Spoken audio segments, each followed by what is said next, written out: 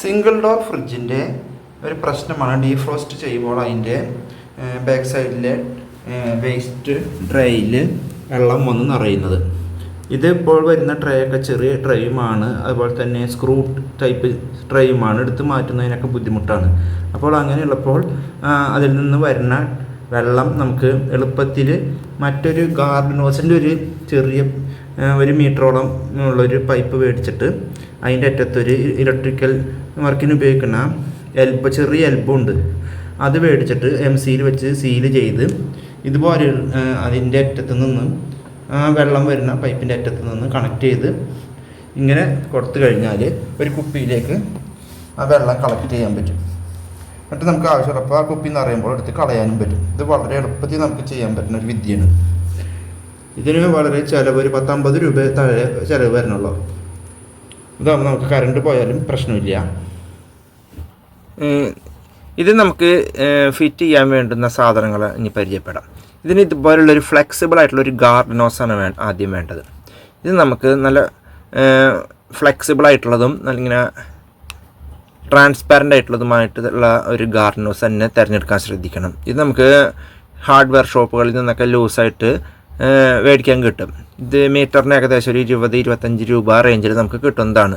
അപ്പോൾ അങ്ങനത്തെ ഒരു 1.5 മീറ്ററോളം നമുക്കിത് ഇങ്ങനെയുള്ളൊരു ഗാർഡൻ ഹോസ് മേടിച്ചെടുക്കുക. നല്ല ട്രാൻസ്പാരൻ്റ് തന്നെ നോക്കിയെടുക്കാൻ ശ്രദ്ധിക്കുക, നല്ല ഫ്ലെക്സിബിൾ ആയിട്ടുള്ളത് നോക്കിയെടുക്കാൻ ശ്രദ്ധിക്കുക. അത് കൂടാണ്ട് നമുക്ക് വേണ്ടത് ഒരു ഇലക്ട്രിക്കൽ വർക്കിനൊക്കെ ഉപയോഗിക്കുന്ന വയറിങ്ങിന് ഉപയോഗിക്കുന്ന എൽബോ ആണിത്.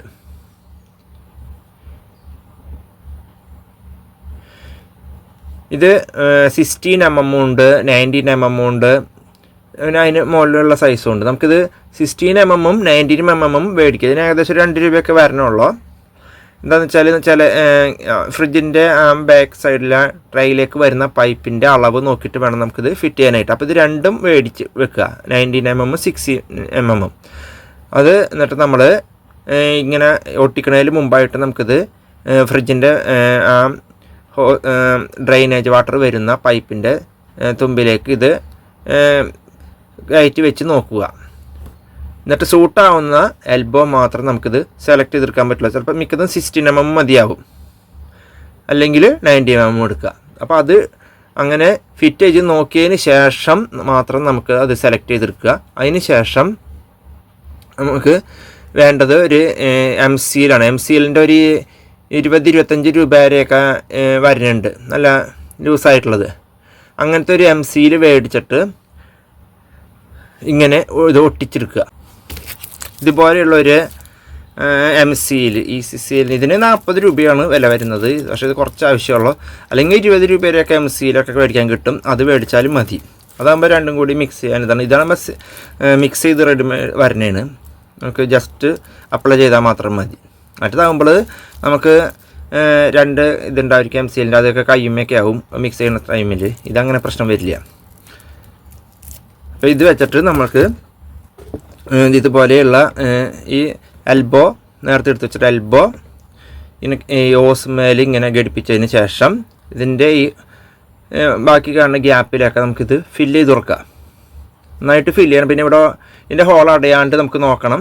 ഇതിൻ്റെ ഉള്ളിൽ നന്നായിട്ട് വെള്ളമൊക്കെ പോകണ രീതിയിൽ ഇത് ഫിറ്റ് ചെയ്യുക. എന്നിട്ട് ഇത് ഉണങ്ങാൻ വെക്കുക.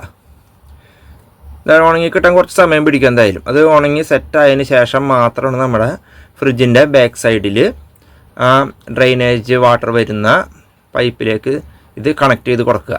എന്നിട്ട് അത് ചുമരിനോട് ചേർത്ത് നമുക്ക് ഇത് പുറത്തേക്ക് എടുത്ത് ഒരു കുപ്പിയിലേക്ക് കണക്ട് ചെയ്യുക. നേരത്തെ പടത്തിൽ കാണിച്ചതുപോലെ